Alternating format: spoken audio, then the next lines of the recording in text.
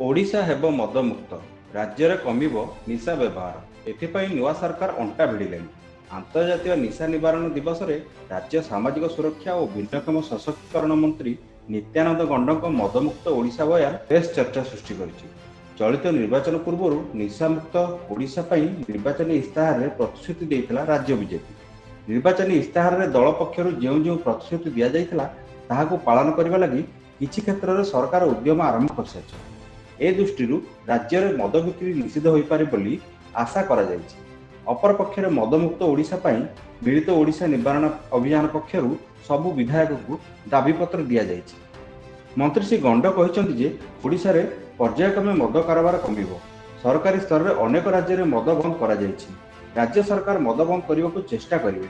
निशा कारोबार को मध्य कमाजिबो। अबकारी विभाग समेत अन्य विभाग सह आलोचना करी पर्यायक्रमे एथिप्रति पदक्षेप नियाजिबो।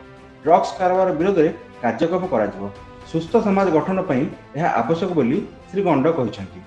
Bureau report news alert 24/7।